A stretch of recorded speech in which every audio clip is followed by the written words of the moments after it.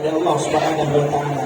Dan kita berharap agar setiap ketaatan yang kita lakukan pada hari-hari ini, pada tahun ini, itu semuanya diterima oleh Allah Subhanahu wa taala. Amin ya rabbal alamin.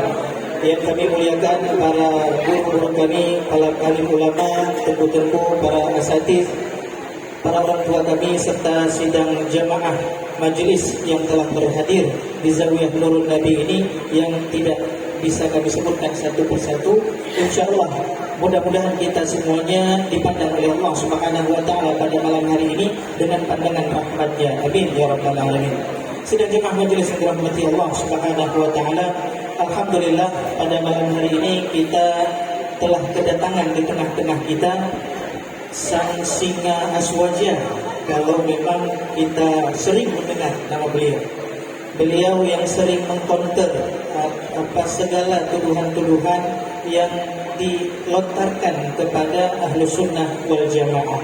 Dan insya Allah pada malam hari ini kita sama-sama akan mengambil banyak sekali manfaat daripada beliau, akan mendengar tausiah-tausiah daripada beliau, yang mana tema yang akan kita angkat pada malam hari ini yaitu siapa dan mengapa ahlu sunnah wal jamaah. Dan di sini juga kita mengenal siapa sebenarnya dikatakan ahlu sunnah wal jamaah dan mengapa ahlu sunnah wal jamaah. Begitu juga ada hal-hal yang mungkin nantinya ingin kita pertanyakan. Insyaallah nanti di akhir tabligh akan kita buka sesi untuk bertanya tanpa memanjangkan waktu lagi, karena memang waktu yang sangat terbatas.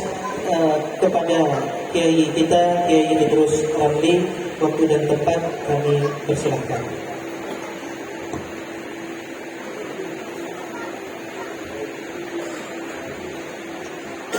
Assalamualaikum warahmatullahi wabarakatuh.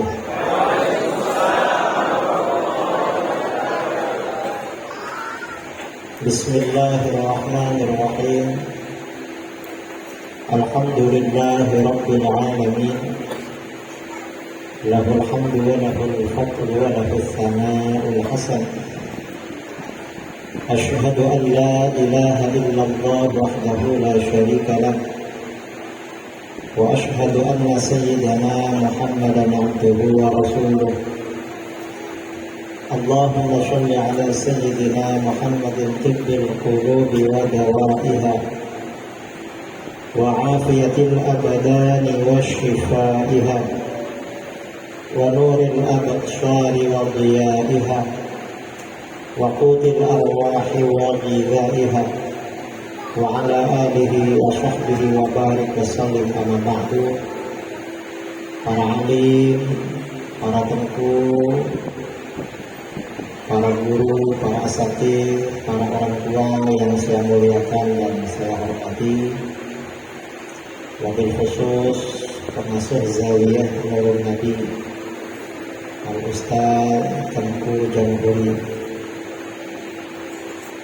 juga para jamaah kaum muslimin dan muslimat yang hadir pada malam ini yang juga saya hormati. Saya ini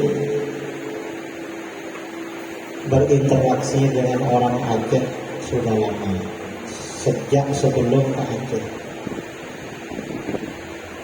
Tahun 2013 saya diundang kerajaan Malaysia mengisi ceramah khusus para asatidz, para ulama Malaysia. Di antara peserta ada ulama Malaysia asal Aceh. Pas waktu istirahat saya diajak ke rumahnya. Kiai, di rumah saya aja, jangan di hotel atau di penginapan. Kenapa?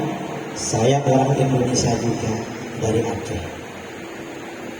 Akhirnya sejak itu saya kalau keliling-keliling Malaysia, mulai dari Kuala Lumpur ke Sabah, ke Sarawak, ke mana-mana, yang ngantar kemana-mana orang Aceh. kemana-mana orang Aceh, ya orang Aceh yang di Kuala Lumpur itu. Dan kebetulan beliau dosen.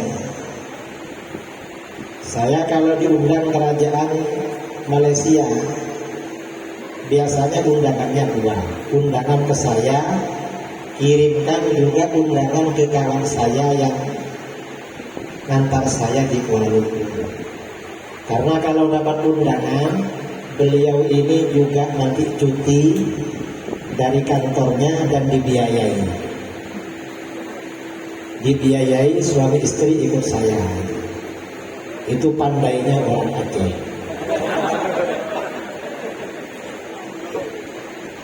Nah, tahun 2015 saya baru ke Aceh. Saya ke Aceh ini sejak 2015. Akhirnya apa? Saya kalau ke Batam, ke Pekanbaru, ke Medan, yang menemani kemana-mana ya orang Aceh. Tadi ada yang tanya, Kiai berapa kali ke Aceh? Saya sudah lupa berapa kali. Mungkin karena sering. Dulu sebelum ke Aceh, saya tuh gak suka makan mie.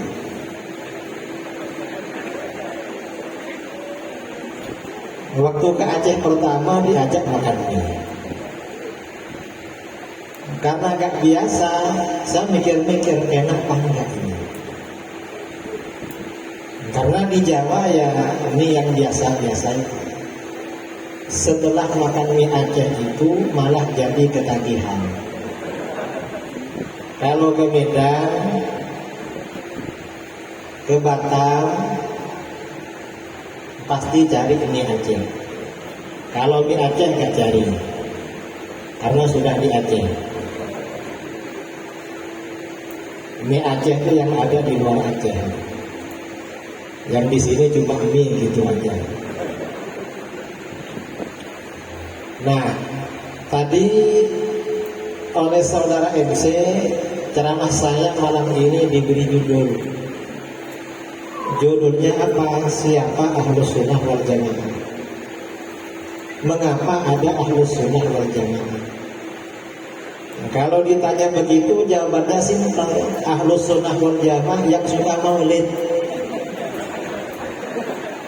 yang suka ya Nabi itu Ahlus Sunnah. Kalau gak suka berarti bukan Ahlus Sunnah wal. Itu jawaban paling simpel.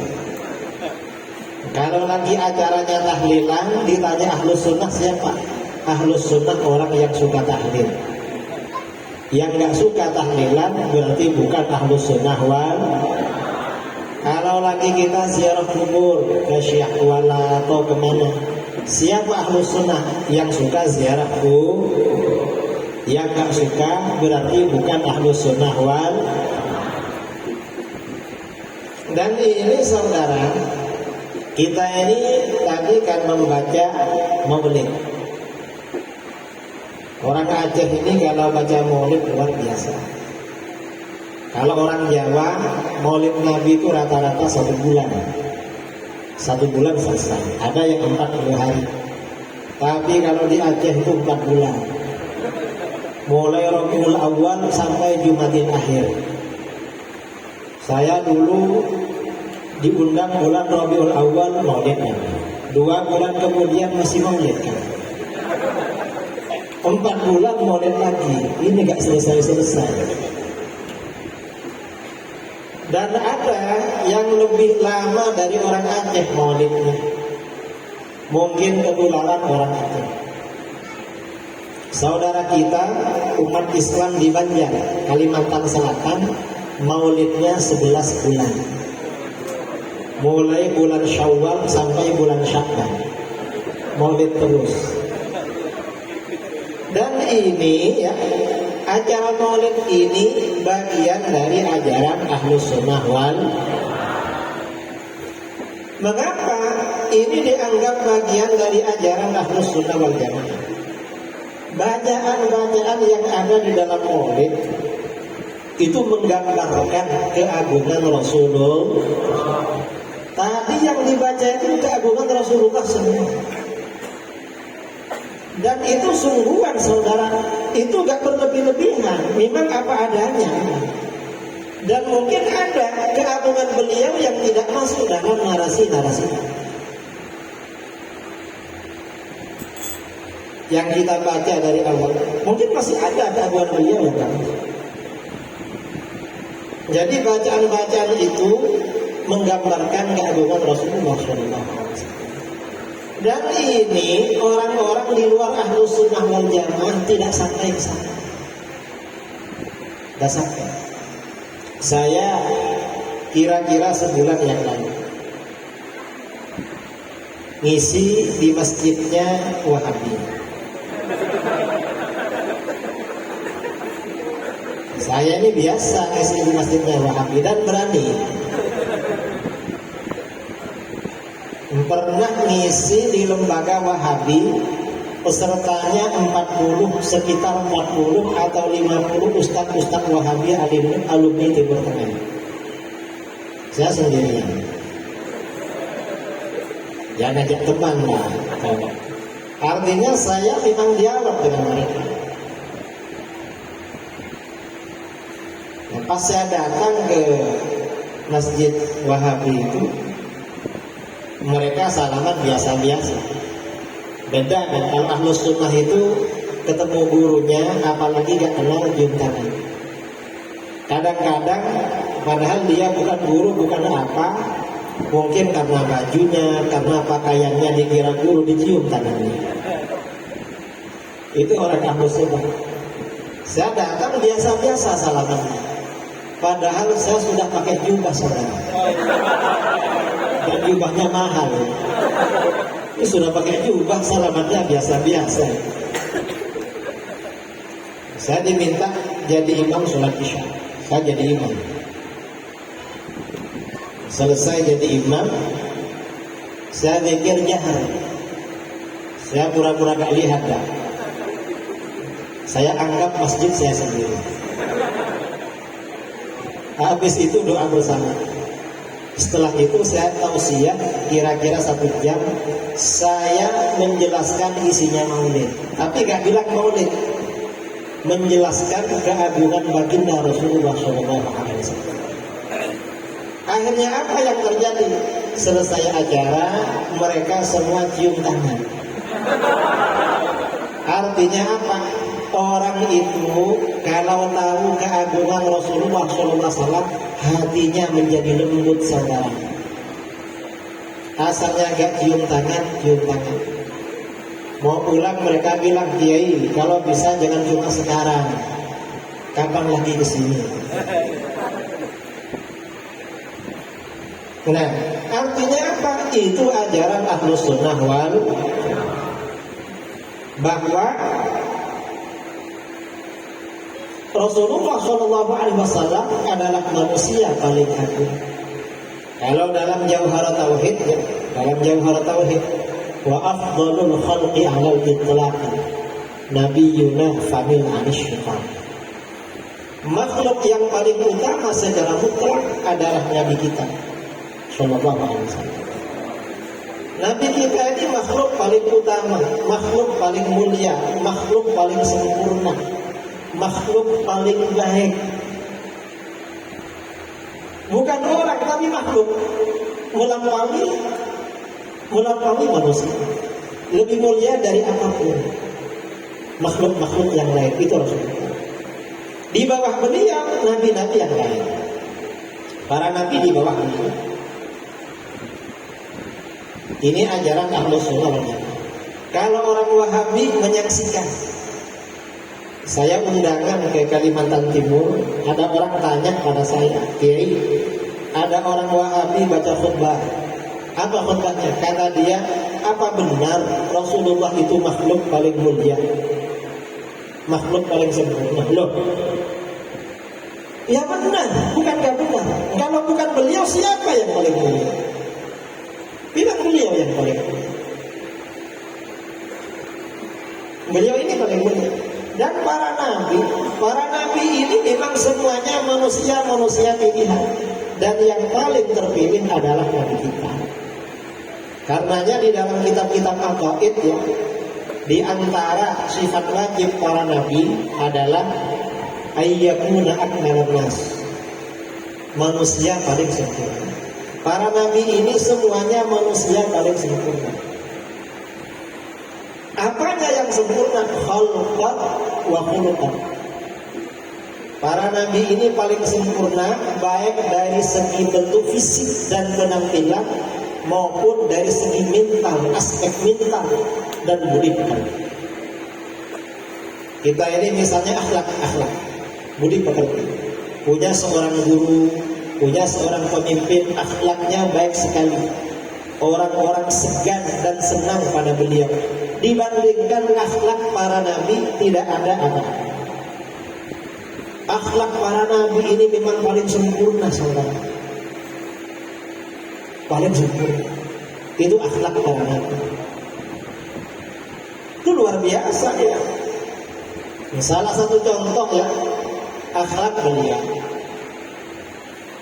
Rasulullah SAW apabila yang diterima itu kenikmatan. Kalau yang diterima itu yang nikmat-nikmat, keluarganya gak dapat.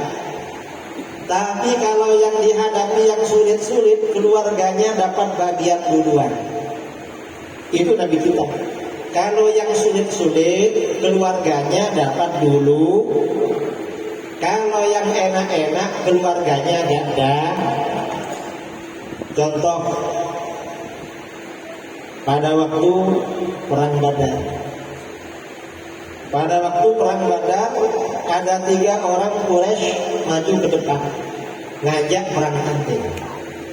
Dulu itu peperangan sebelum dimulai biasanya ada pemanasan, perang tanding 1 lawan 1. Ada 3 orang maju ke depan. Ketika 3 orang ini maju ke depan, ada 3 orang pemuda Ansor maju. Ternyata 3 orang Quraisy ini gak mau. Kita gak mau berperang sama orang Ansor, mau berperang dengan saudara kami yang dari Mekah. Akhirnya apa? Kata Rasulullah SAW, ya Hamzah, fabaris. Hamzah, pamannya beliau, ayo maju perang tanding. Ya Ali, fabaris. Berdiri, bangun perang tanding. Kemudian Abu Sufyan bin Al-Harith maju perang tanding. Ini keluarga dekat sekali.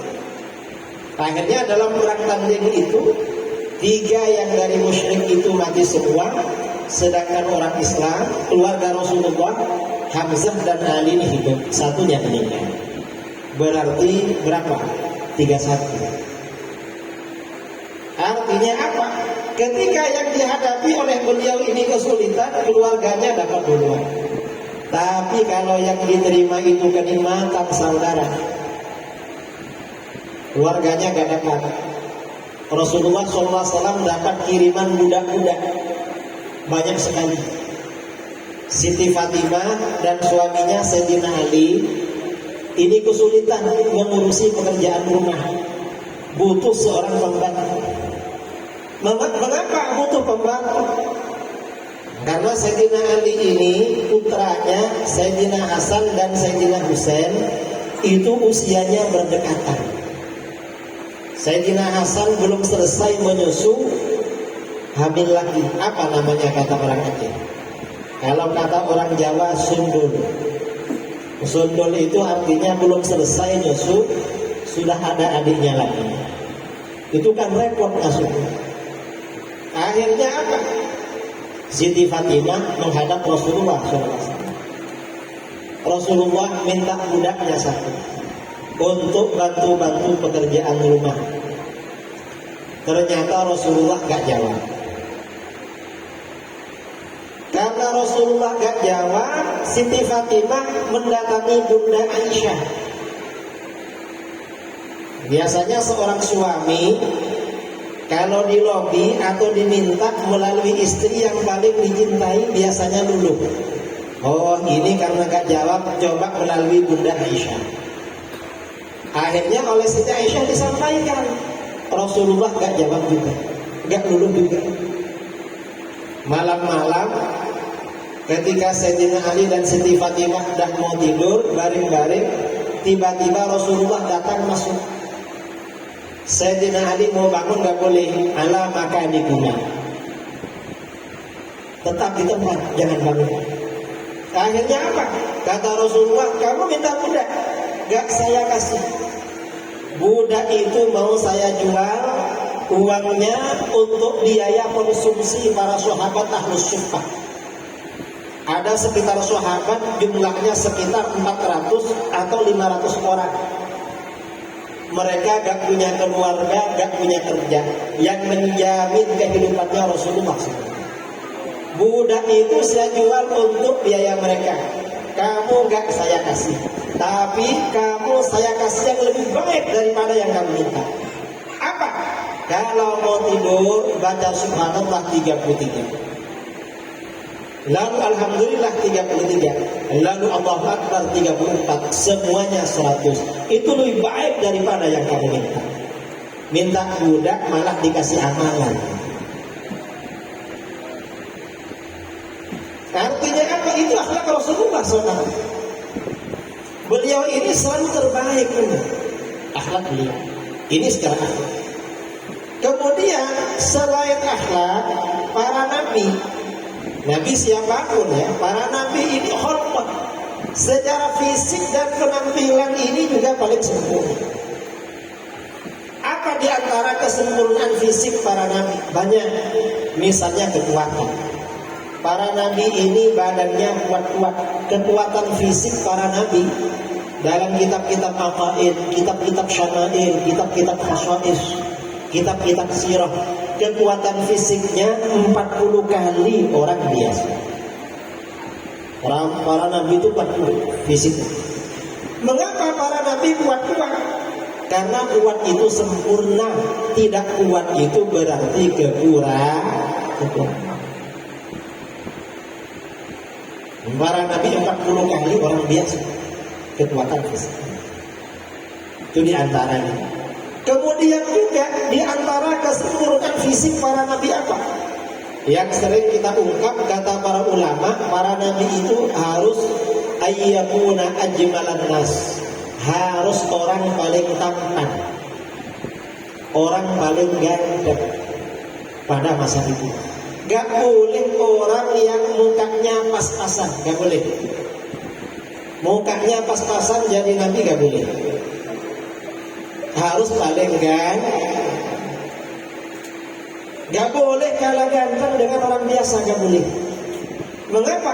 Kalau kalah ganteng dengan orang biasa, umatnya yang belum kenal, yang datang dari jauh akan keliru.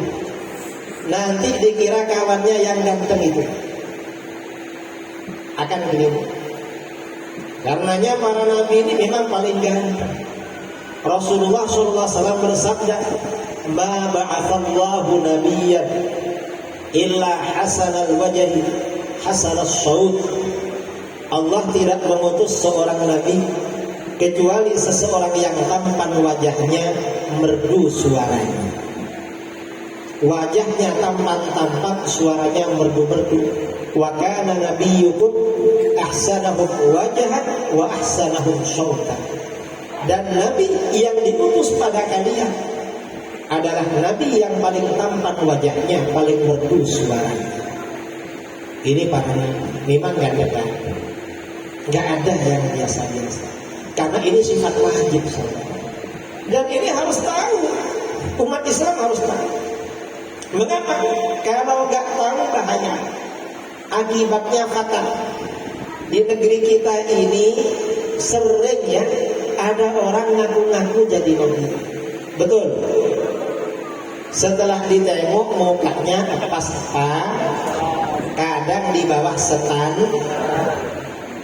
Itu ada yang percaya saudara, walaupun mukanya di bawah standar. Mengapa? Karena gak ngerti. Dan umatnya lebih mulia daripada umat para nabi terdahulu. Gak salah. Jelas itu. Gak boleh menyamakan. Kalau orang menyamakan umatnya Rasulullah dengan orang Kristen yang ada sekarang, dengan orang Yahudi, murtad, keluar dari Islam. Karena dengan umatnya para nabi terdahulu, Al-Quran menegaskan lebih mulia. Ini umatnya Rasulullah. Yang kedua, yang berbeda dengan ayat ini, siapa yang gak mau maulid? Siapa golongan yang anti maulid? Yaitu golongan Wahhabi. Hah? Golongan apa namanya? Golongan Wahhabi. Apa kata Wahhabi? Mayoritas umat Islam yang suka maulid lebih kafir dan lebih syirik daripada Abu Jahal dan Abu Lahab. Loh, kita yang suka maulid sama Wahhabi dianggap lebih syirik daripada Abu Jahal dan Abu Lahab. Itu agamanya kamu Wahhabi, bukan agamanya Rasulullah. Kalau menurut agamanya Rasulullah, umat Islam, umatnya Rasulullah lebih mulia daripada umatnya para nabi terdahulu. Menurut agamanya Wahhabi, umatnya Rasulullah lebih syirik daripada Abu Jahal dan Abu Lahab. Mengapa? Karena tauhidnya Wahhabi ikut tauhidnya Abu Jahal dan Abu Lahab. Parah Wahhabi itu. Kesungguhan itu saudara. Ada di kitab-kitab mereka. Ada Wahhabi, ada Wahhabi dari Saudi namanya Muhammad bin Ahmad Bashmin, menulis kitab berjudul Kaifa Nafhamut Tauhid. Bagaimana kita memahami tauhid? Saya punya kitabnya. Halaman 16 ada bab Tauhidu Abi Jahlin wa Abi Lahabin. Bab keterangan tentang tauhidnya Abu Jahal dan Abu Lahab. Dari dulu gak pernah ada kitab sejak masa ulama salaf yang menerangkan bahwa Abu Jahal dan Abu Lahab itu bertauhid, kecuali di kitabnya Wahhabi. Wahhabi itu kagum dengan Abu Jahal dan Abu Lahab. Mereka ini pengagum tauhidnya Abu Jahal Abu Lahab, saudara. Wahhabi itu makanya dianggap orang bertauhid. Kata si Wahhabi ini, ajibun wa gharib ayyakuna Abu Jahlin wa Abu Lahabin aktsara tauhidan lillah wa akhlasa imanan bihi minal muslimin alladzina yatawassaluna bil anbiya wassalihin. Sungguh aneh dan sungguh mengherankan, ternyata Abu Jahal dan Abu Lahab lebih mantap tauhidnya, lebih bersih imannya daripada umat Islam yang bertawassul. Artinya apa? Wahhabi itu pengagum tauhidnya Abu Jahal dan Abu Lahab. Kalau kita ini pengikut tauhidnya Rasulullah. Hati-hati dengan dan jangan takut sama Wahhabi. Kalau ada Wahhabi bikin pengajian, datangi aja, ajak debat, pasti lari itu, dan gak ngaji lagi di tempat itu. Kalau dibiarkan ya nanti ngaji lagi. Ada Wahhabi yang didatangi di Aceh? Hah? Ada? Ya, datang, bawa apa namanya? Buat maulid, bawa apa? Ketika kumpul bacakan maulid dulu. Habis itu ajak dialog, insya Allah pergi. Arab dijuluki kadrun. Apa kadrun itu? Kadang burung. Ya betul. Orang Arab terbaik. Contoh ya, dalam hadis biasanya di khutbah-khutbah Jumat. Kalau bulan Maulid, hadis riwayat Muslim dan At-Tirmidzi. Rasulullah SAW bersabda, Inna Allah astafa Kinanata min Bani Ismail. Allah memilih suku Kinanah dari keturunan Nabi Ismail. Setelah anak cucu Nabi Ismail ini ramai bersuku-suku, suku Kinanah ini yang terbaik. Orang-orangnya berintegritas, orang-orangnya disegani dan disenangi oleh suku-suku Arab karena berintegritas. Ini Kinanah. Wastafa min Kinanata Quraisyah. Setelah anak cucu Kinanah ini ramai bersuku-suku lagi, Allah memilih suku Quraisy lahir dari suku Kinanah. Suku Quraisy ini dianggap suku yang berintegritas. Orang-orangnya disegani dan disukai di Arab. Karenanya di dalam Al-Quran turun surat yang namanya surat Quraisy. Ingat surat Quraisy. Berapa ayat surat Quraisy? 6. Hah? Berapa ayat? 6 ayat. Banyak sekali. Tapi hafal, ya, walaupun nggak tahu ayat berapa, hafal. Surat Nusantara nggak ada, saudara. Mengapa turun surat Quraisy? Kata para ulama, ini tanwihan bi sya'ni Quraisy. Ini peringatan tentang ketinggian derajat Quraisy. Dipuji oleh Allah dalam surat Quraisy, li'ilafi Quraisy, karena kebiasaan orang Quraisy. Ilafihim rihlatash syita'i was-shaif. Kebiasaan mereka melakukan perjalanan pada waktu musim dingin dan musim panas. Musim dingin mereka bepergian ke Syam, ke Palestina. Musim panas mereka ke Yaman. Falyabudu rabb hadzal bait. Hai orang Quraisy, sembahlah Tuhan Baitullah ini. Siapa? Yaitu Allah. Mengapa menyembah Allah? Allazi at'amahum min ju'. Allah telah memberi makan mereka dari rasa lapar. Ketika suku-suku Arab yang lain kelaparan, suku Quraisy gak kelaparan, saudara. Oleh Allah dijaga.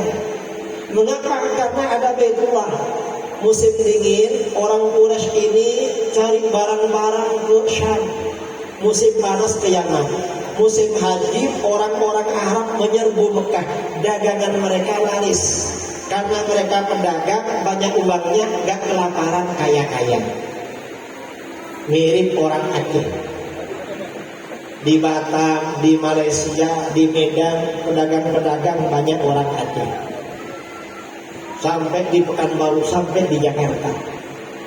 Sampai di Papua, saudara, orang Aceh.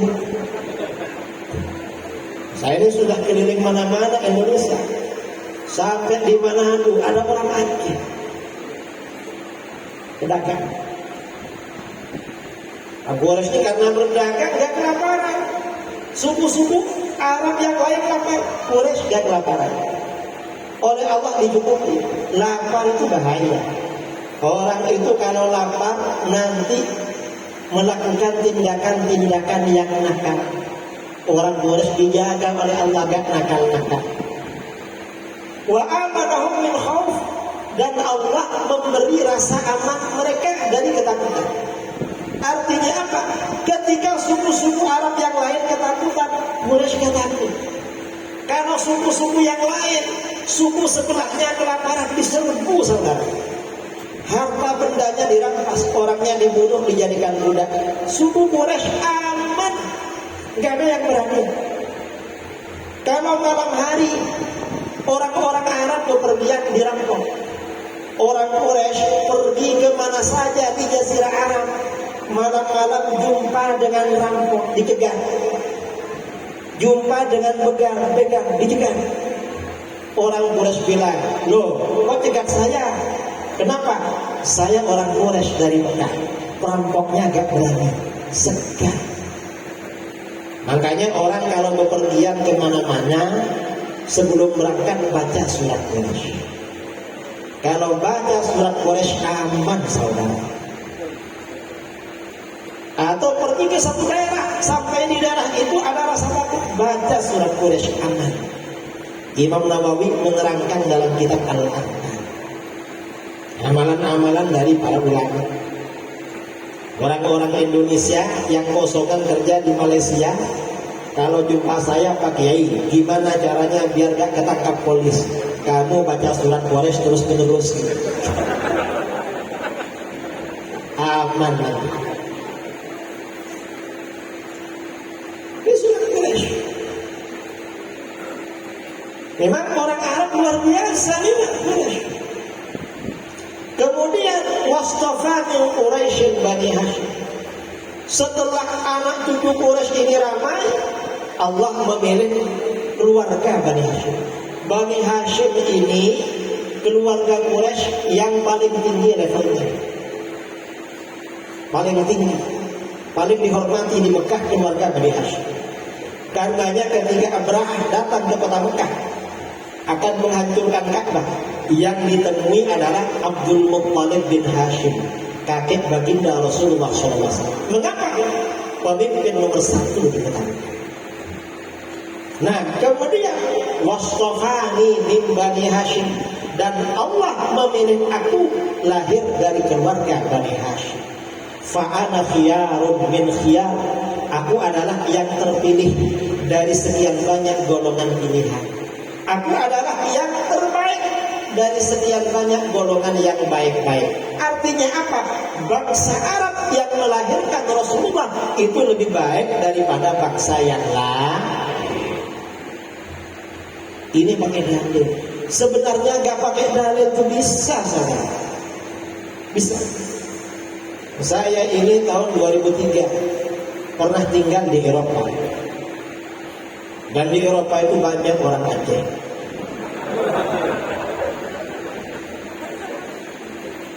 Di mana-mana. Dan kami di Jawa, orang tua kami, leluhur kami, seperti Maulana Malik Ibrahim, Sunan Gunung Jati, ulama-ulama dulu, banyak orang Aceh.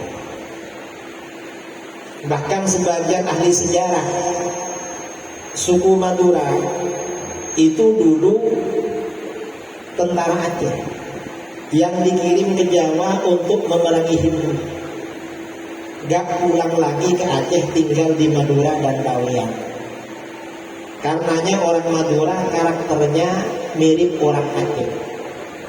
Cinta ulama, cinta pendidikan agama. Di Malaysia, kalau ada orang Aceh, ada madrasah diniyah, ada TPQ. Kalau ada orang Madura, orang Bawean, ada pendidikan Al-Quran. Itu di Malaysia. Di daerah-daerah begitu. Saya keliling-keliling Indonesia. Kalau ada sate Madura, saya kan dari Madura kan, saya langsung nyapa pakai bahasa Madura. Mengapa? Paling enggak nanti diskon 50%. Apalagi kalau tahu kenal saya langsung mirip dengan orang Aceh. Saya itu kalau lewat darat dari Medan sampai ke Banda Aceh, setiap berhenti di Mie Aceh, duduk. Yang punya warung buka HP, lihat wajah saya. Mungkin dicocokkan dengan yang ada di HP. Habis itu ini Pak Kiai ya, Bapak tahu ini di HP ada. Lalu ngajak foto-foto. Habis itu isi warungnya dikeluarkan semua dan nggak usah kaya.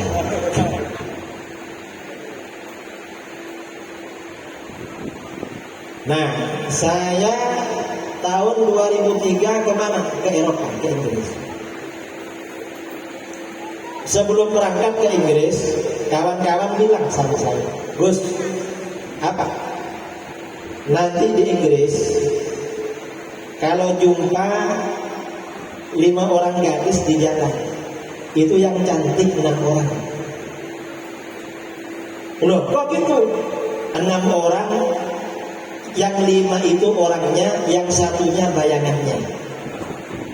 Bayangannya loh cantik. Kalau di Indonesia kan enggak kan. Kalau 6 orang paling berapa? 1 kadang. Pilih-pilih. Saya berangkat saudara. Begitu mendarat di Bandara Heathrow di London, masuk ke airport itu terkejut saudara. Toleh-toleh, ini kok beda dengan Indonesia. Saya kebetulan kampus orang-orang Pakistan. Lama-lama kawan-kawan Indonesia bilang sama saya gak perhatian waktu itu, karena sibuk kuliah, sibuk belajar.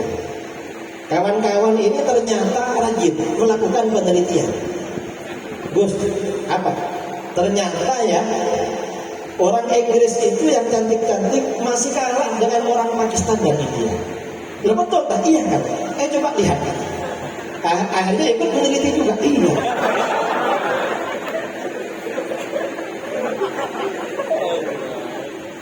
Lama-lama kawan-kawan penelitian lagi. Gus, apa? Ternyata orang India dan Pakistan kalah sama orang Arab. Lah betul? Iya. Coba lihat kan? Betul saudara. Orang India dan Pakistan masih kalah sama orang Arab. Pantesan Kanjeng Nabi lahir di Arab. Artinya apa? Arab itu lebih baik daripada bangsa lain. Itu gak perlu pakai dalil, cukup pakai selera. Pakai selera deh. Iya, selera.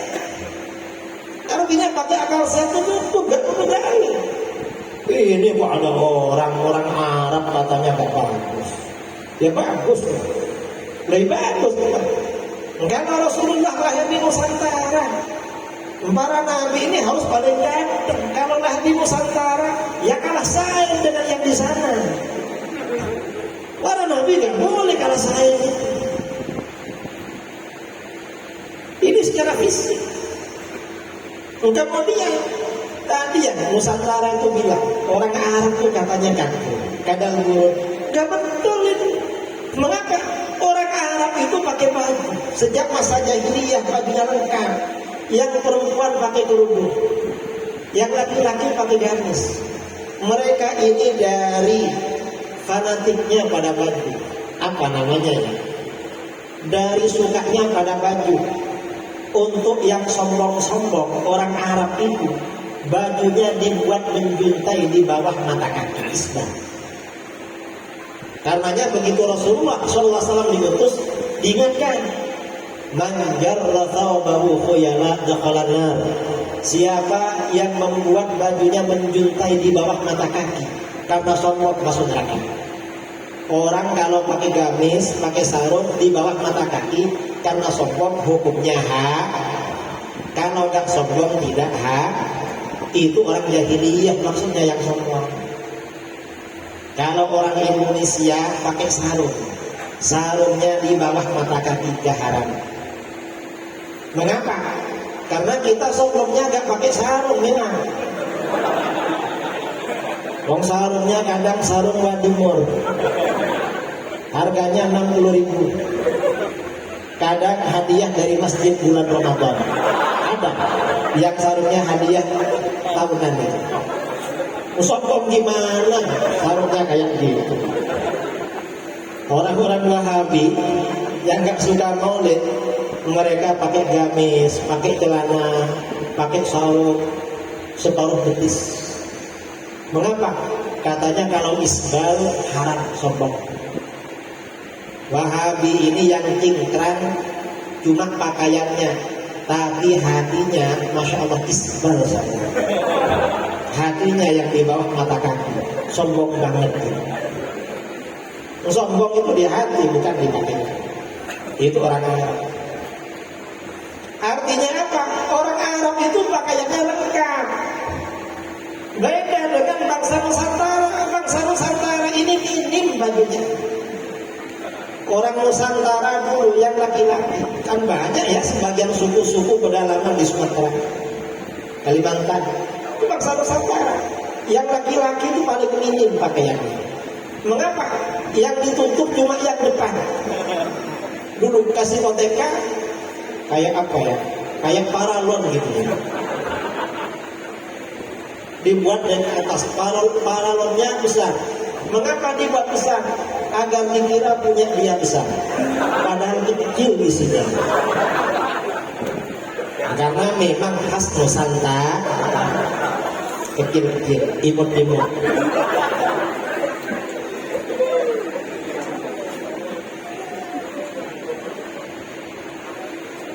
Tapi walaupun begitu kita bukan keturunan Adam. Jadi gak cocok kalau orang Arab dibilang kadrun.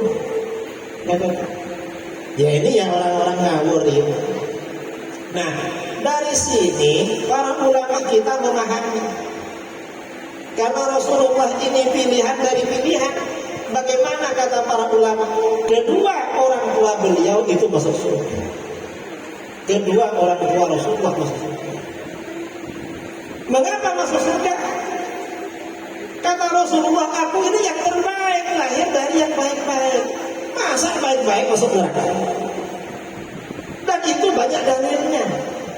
Dalil Al-Quran ya. Kata Ibnu Suyuti, apa dalilnya orang tua Rasulullah masuk surga? Pertama, kedua orang tua Rasulullah itu termasuk ahlul fatrah. Ahlul fatrah itu masa peralihan, yaitu orang-orang yang jauh dari masa kenabian sebelumnya dan tidak mengikuti masa kenabian berikutnya. Al-Quran menjamin mereka tidak diazab oleh Allah alias masuk surga. Di dalam Al-Quran, wa ma kunna mu'adzibina hatta nab'atsa rasula. Dan kami tidak akan mengazab, menyiksa sehingga kami mengutus seorang rasul. Dan ayat-ayat yang lain, banyak ayat-ayat tentang ahlul fatrah. Ini yang pertama. Yang kedua, alasannya kedua orang tua Rasulullah itu beriman. Ada sebagian riwayat seperti itu diperkuat di dalam ayat Al-Quran, alladzi yaraka hina taqum wa taqallubaka fis sajidin. Allah yang melihatmu ketika kamu berdiri sholat malam, dan Allah melihatmu ketika kamu berpindah-pindah di antara orang-orang yang sujud. Artinya apa? Rasulullah itu berpindah dari orang ke orang sampai ke orang tuanya, semuanya beriman. Sebagian ulama menafsirkan seperti itu. Itu maslak yang kedua. Maslak yang ketiga, metode yang ketiga kata para ulama, orang tua Rasulullah itu selamat. Mengapa? Ada riwayat walaupun dhaif tapi dipakai, riwayat Ibnu Syahid dalam kitab An-Nasikh wal Mansukh dan riwayat Al-Khatib Al-Baghdadi dalam sebagian kitabnya ya, Afradu Malik, dan mungkin riwayat-riwayat yang lain bahwa Rasulullah SAW pernah menghidupkan kedua orang tuanya, lalu mereka berdua beriman, setelah itu meninggal lagi. Jadi ada 3 dasar. Lalu bagaimana dengan hadis riwayat Muslim? Hadis riwayat Muslim itu ditakwil. Hadis yang berupa inna abi wa abaka finnar. Sesungguhnya ayahmu dan ayahmu masuk neraka. Takwilnya ada 2. Yang pertama, kata Imam Suyuti, itu riwayatnya riwayat bil makna. Rawi itu menyampaikan riwayat tidak sesuai dengan Rasul. Yang kedua ditakwil, yang dimaksud ayahku adalah pamannya, yaitu Abu Thalib. Artinya apa? Guru-guru kita, para ulama kita yang meyakini kedua orang tua Rasulullah SAW itu selamat masuk surga, itu bukan menyalahi hadis Muslim, tetapi mengikuti dalil-dalil yang lebih kuat. Jadi seperti itu. Nah, ini diantara poin-poin ajaran Ahlus Sunnah wal Jamaah. Saya kira itu. Kita ini yang harus tahu lah dalil-dalil Ahlus Sunnah harus tahu.